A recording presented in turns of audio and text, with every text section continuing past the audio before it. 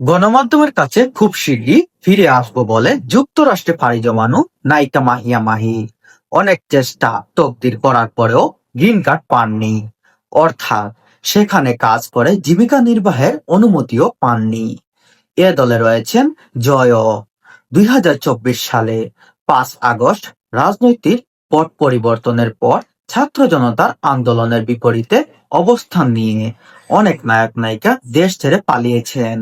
তবে বেশিরভাগই অবস্থান করছেন নিউ ইয়র্কে, যেখানে গিয়ে তারা কে কি করছেন, কিভাবে জীবিকা নির্বাহ করছেন, থাকা খাওয়া সহ দৈনন্দিন খরচ কিভাবে নির্বাহ করছেন, এই প্রশ্নটি এখন এফডিসির পরতে পরতে ঘুরপাক খাচ্ছে।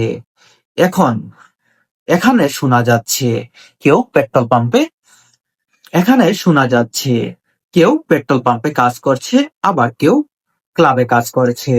এছাড়া কি করতে পারেন? যুক্তরাষ্ট্রের নাগরিক না হলে সেখানে সকল কাজ পাওয়া খুবই কষ্টকর, বা ব্যবসা প্রতিষ্ঠান খোলাটাও খুবই কষ্টকর।